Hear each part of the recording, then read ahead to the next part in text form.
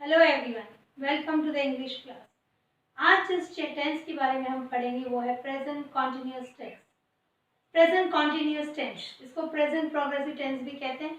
इसमें वो सारे काम आते हैं जो अभी चल रहे हैं, जारी है, तो इस समय में चल रहे हैं।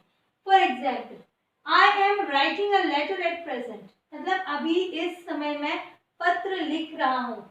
अभी मैं पत्र लिख रहा हूँ, इस समय पत्र लिख रहा हूँ। ये सब शब्द बताता है कि काम अभी चल रहा है। He is feeling better now, अभी उसे अच्छा लग रहा है। उसकी तबीयत कल ठीक नहीं हुई लेकिन अभी उसे अच्छा लग रहा है।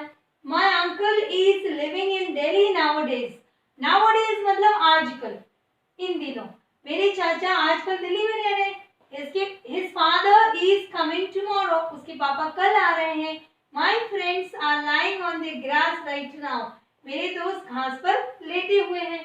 Prices of petrol are rising these days, इन दिनों पेट्रोल के दाम बढ़ रहे हैं। I am holding a pen at this time, मैंने एक पेन पकड़ रखा है।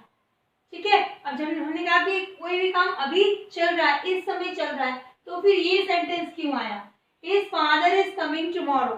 तो जब हिंदी में भी हम कोई सेंटेंस बोलते हैं, नियर फ्यूचर में जो काम होने वाला है, जो पहले से प्लान्ड है, फिक्स्ड है, जैसे हम कहते हैं कि अगले महीने हमारे एग्जाम शुरू हो रहे हैं, ठीक है, मंडे को हम पिकनिक जा रहे हैं, ये फ्यूचर की बात करते हैं। लेकिन हिंदी में भी हम इसके पीछे रहे हैं लगाते हैं, वो सेंटेंसेस हम इस टेंस में लिख सकते हैं। Father is coming tomorrow, in near future में होने वाला है, उसके पापा कल आ रहे हैं। ठीक है, ये कल आ रहे हैं। ओके, नाउ जनरली हम ट्रेडिशनली हमको ये सिखाया जाता है कि जिसके पीछे रहा है, रही है, रहे हैं आता है, वो सारे प्रेजेंट कंटिन्यूअस टेंसेस होते हैं। लेकिन हर बार ऐसा नहीं होता है। Note here, see this, my friends are lying on the grass right now. अब इसकी हिंदी आप देखिए, मेरे दोस्त घास पर लेटे हुए हैं।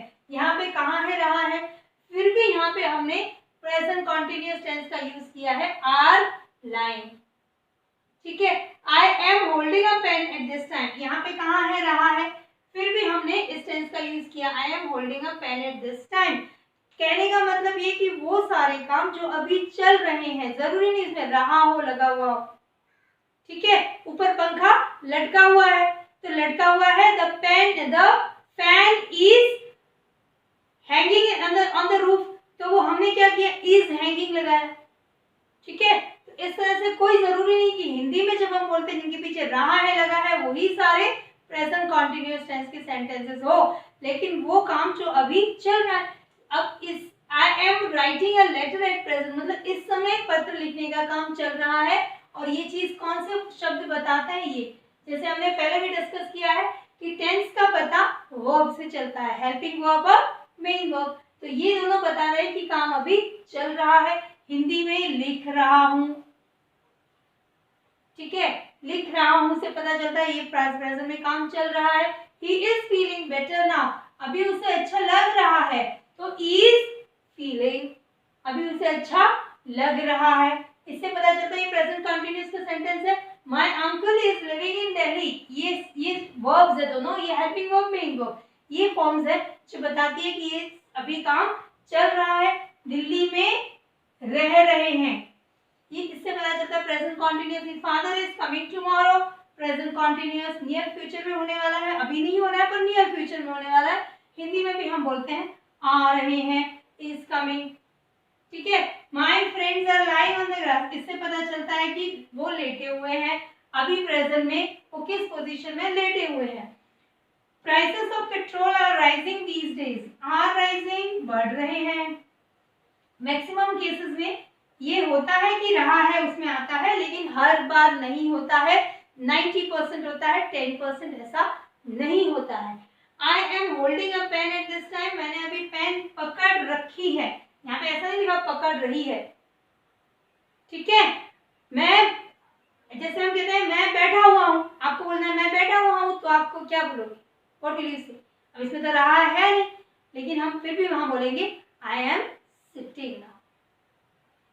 ठीक है, मैं बैठ रहा हूँ उसमें भी बोलेंगे आई एम सिटिंग, और बैठा हुआ हूँ तो भी बोलेंगे आई एम सिटिंग। इसलिए जनरली होता तो है, इसमें हम सिखाते हैं कि रहा है, रही है और रहे हैं आता है।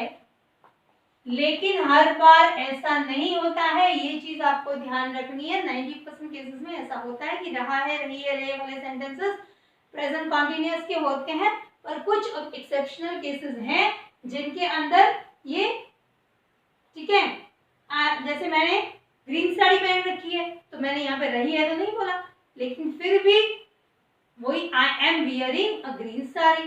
तो ये इस तरह के कुछ सेंटेंसेस होते हैं जो हम प्रेजेंट कॉन्टिन्यूअस में लिखते हैं, भले उसमें पीछे रहा है, रही है, रहे हैं नहीं आता है। ऑलराइट, अब इनसे हमको कुछ ऐसे इसमें भी कीवर्ड्स है, जैसे यहाँ पे है एट प्रेजेंट, तो एट प्रेजेंट वाले सारे सेंटेंसेस ये बता दें कि काम अभी चल रहा है, तो उसके कीवर्ड में आ गया।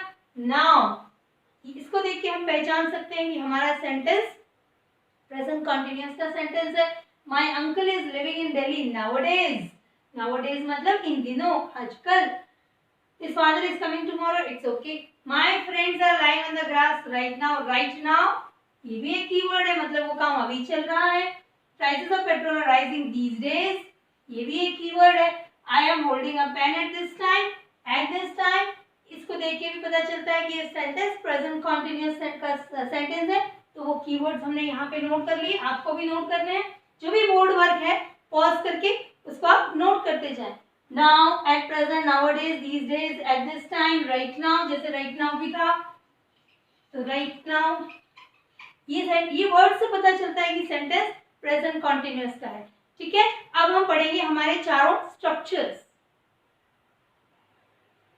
So here we have the three structures, A, P and C structures, which we will be reading in this tense.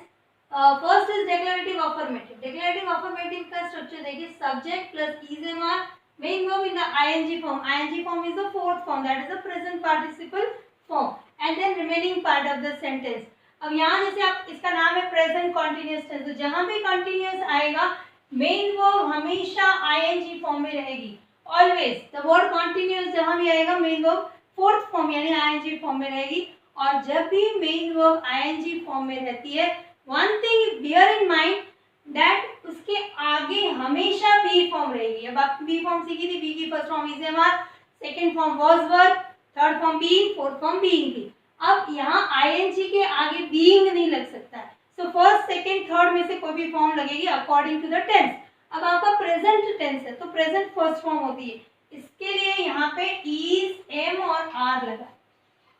ठीक है, तो ये होता है के लिए और ये होता है रहा के लिए, लाइक दिस। जहाँ भी रहा मीन्स कंटिन्यूअस और main verb ing form. Wherever continuous word is there, या जहाँ भी रहा वर्ड होगा हिंदी में वहाँ पे आपको मेन वर्ब को ing फॉर्म में लगाना है। और प्रेजेंट के लिए हमने लिखा भी ing फॉर्म के आगे हमेशा बी की फॉर्म रहती है, और बी की ये फर्स्ट फॉर्म है, प्रेजेंट फॉर्म है is, am, are. Okay, so here in the structure also is, am, ये जैसे वर्ब की फॉर्म से चेंज होती है और कुछ चेंज होता है, सब्जेक्ट और आरपीएस हर जगह सेम रहेगा। आपकी जो चेंज होगी वो वर्ब की फॉर्म्स चेंज होगी, इसलिए वर्ब की फॉर्म्स बहुत इंपॉर्टेंट होती है, ध्यान रखिए। Subject plus is, am, are plus remaining part of the sentence. The my mother is cooking at this moment. अब इन सबको आप ट्रांसलेट करना, ट्रांसलेट करोगे तो आपको जल्दी समझ में आएगा। My mother is cooking at this moment, at this moment मतलब अभी, इस पल, इस समय मेरी मम्मी खाना बना रही है। Then they are going to the market, वो अभी मार्केट में जा रहे हैं, तो ये अकॉर्डिंग टू द स्ट्रक्चर है, ये आपका सब्जेक्ट है, this is the subject. Okay, और बाकी बचा हुआ sentence, remaining part of the sentence, तो यहाँ पे आपका ये रहा इज, एम, आर और main verb in the ing form. ये दोनों वर्ब्स हैं हेल्पिंग वर्ब और main verb. Then they are going to the market, ये सेंटेंस किसके बारे में है, दे के बारे में, तो वो आपका सब्जेक्ट बन गया according to the declarative structure. पहले सब्जेक्ट आएगा, फिर आपका इज, एम, आर, फिर main verb in the ing form, and then the remaining part of the sentence. ठीक है, so this is according to the structure. यहाँ पे भी our schools, our schools sentence किसके बारे में है, आर स्कूल्स के बारे में, सब्जेक्ट वो है आर स्कूल्स, आर ओपनिंग ये वर्ब हो गया आपका इज, एम, आर और main verb in the ing form, then the remaining part of the sentence. So all these three sentences are according to the structure of declarative, affirmative और present continuous tense. ठीक है, अब इन्हीं sentences को हम transform करते हैं, change करते हैं, कन्वर्ट करते हैं डेक्लेरेटिव नेगेटिव में अकॉर्डिंग टू द स्ट्रक्चर।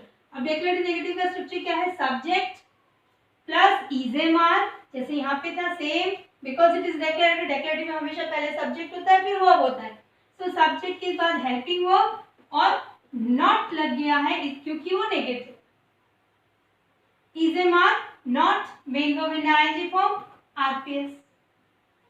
ठीक है, अब नॉट में हमेशा नेगेटिव चीजें में आप ध्यान रखना, नेगेटिव में जरूरी नहीं हमेशा नॉट लगे। नेगेटिव सेंटेंसेस में कभी कभी ना, जैसे वो नहीं मिल रहा है, उनका बेटा नहीं मिल रहा है, तो क्या होता है, क्या होता है उसका ट्रांसलेशन? हाँ, yes, it is their son is missing. यहाँ कहाँ नॉट आया बीच में, पर वो मिसिंग नेगेटिव वर्ड, जैसे कभी नन का यूज हो गया या नो वन का यूज हो गया, तो वो सेंटेंस नेवर का यूज हो गया, तो वो नेट नहीं लगे क्योंकि वो वर्ड्स उसमें होते हैं वो नेगेटिव है। पर यहाँ पे हम जो इनको ट्रांसफॉर्म करेंगे वो स्ट्रक्चर में डिक्लेरेटिव नेगेटिव का स्ट्रक्चर है सब्जेक्ट प्लस इज ए मार्क plus not plus main verb in the ING form. तो यहाँ पे ये चेंज हो गया कि इसमें नॉट का यूज होगा, वही सेंटेंसेस को हम लिखेंगे। फर्स्ट वाला हमारा सेंटेंस है my mother is cooking at the moment, इसको कैसे लिखेंगे?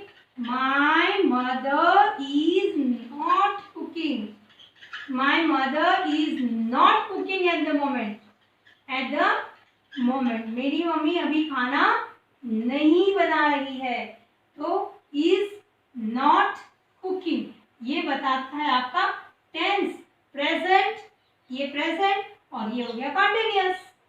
ठीक है, इसको हिंदी में ट्रांसलेशन करें आपकी बुक में। Then they are going to the market, इसको हम नेगेटिव कैसे बनाएंगे? They are not going to the market, they are not going to the market। इस स्ट्रक्चर में हो गया ये is a mark, not main verb in the ing form, right? Yes. Third sentence है our schools are opening next week। जैसे मैंने बोला near future के सेंटेंसेस भी इस टेंस में आते हैं। तो our schools are opening next week, अगली वीक हमारे स्कूल्स खोल रहे हैं। तो आज अब यहाँ पे नेगेटिव बनाना है, आज schools are not opening next week, नहीं खुल रहे हैं, तो आवर स्कूल्स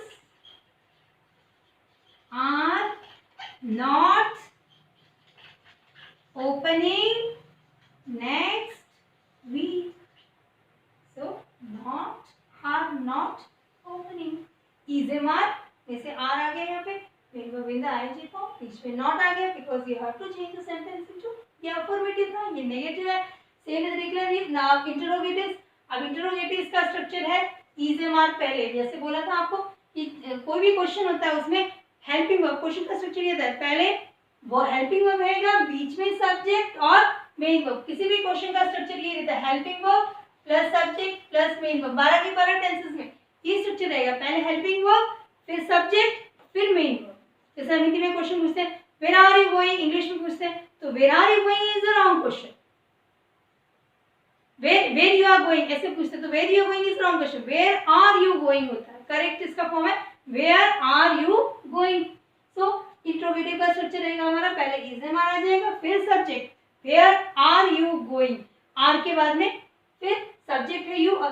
तो इसी स्ट्रक्चर में हम इन सेंटेंसेस को कैसे लिखेंगे? My mother is cooking at the moment. अब इसको हमको लिखना है तो पहले इज ए मार आ जाएगा, is my mother cooking at the moment.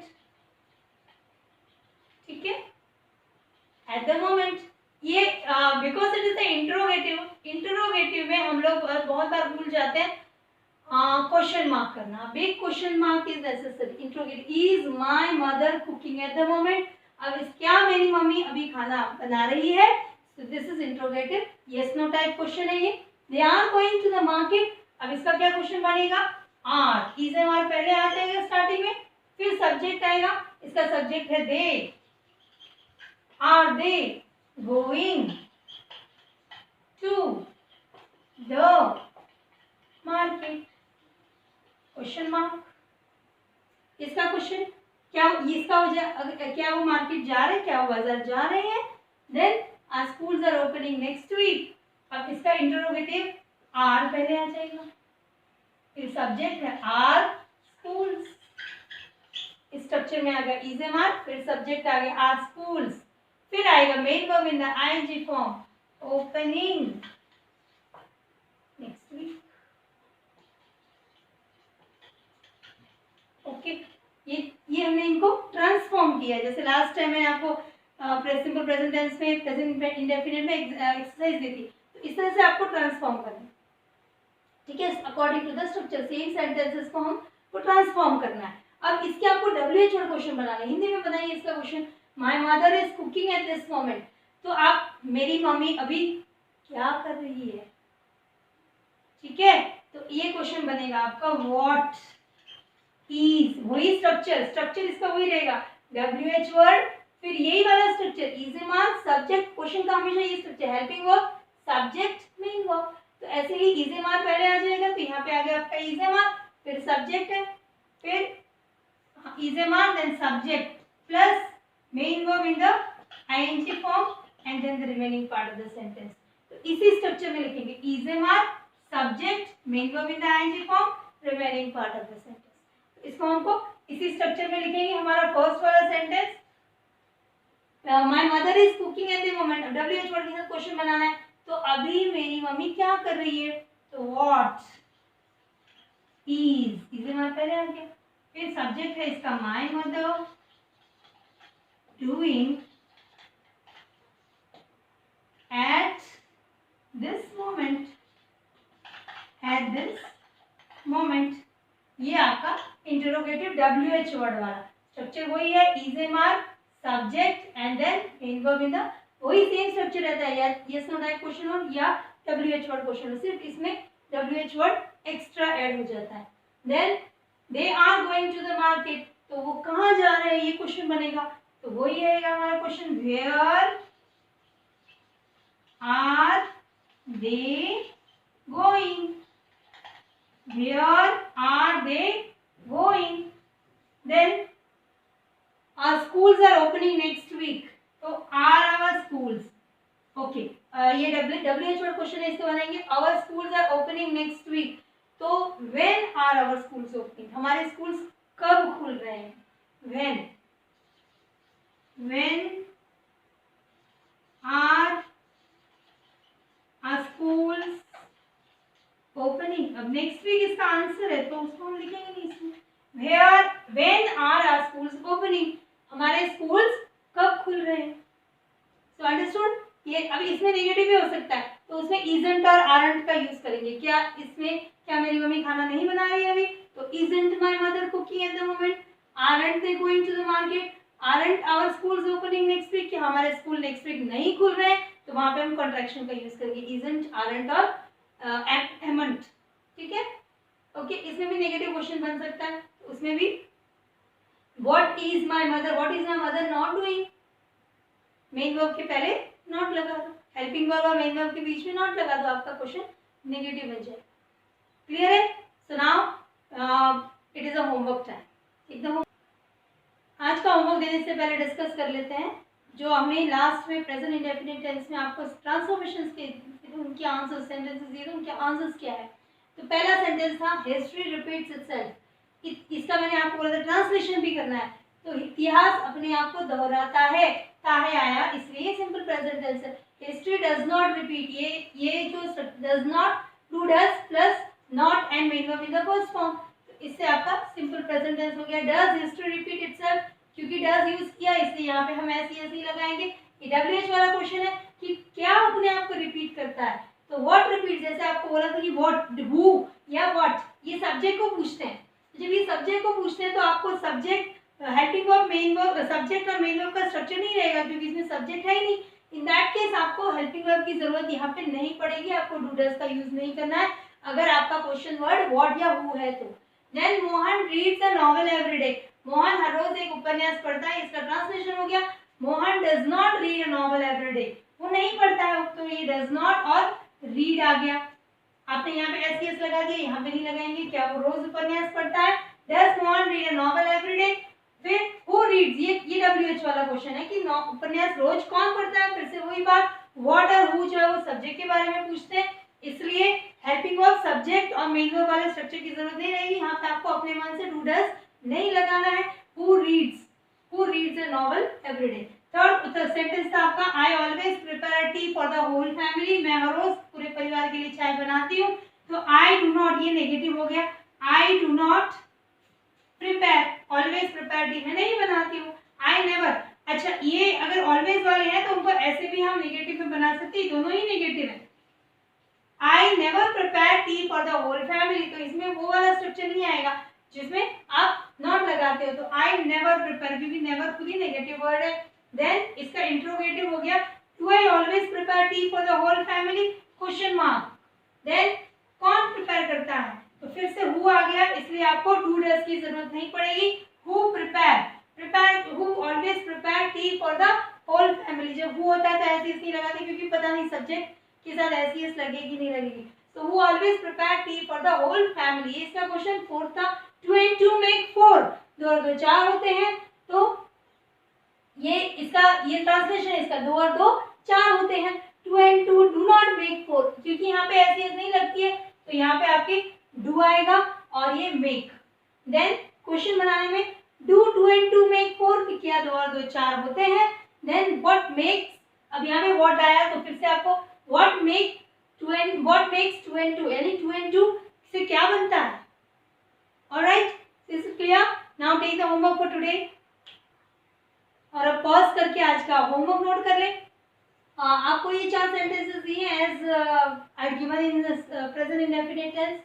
The PM is visiting our city next week, आपको इसको ट्रांसलेट करना है। Look the birds are flying in the sky, Anurag is practising tennis these days, butter is melting due to heat. Okay, this word is heat.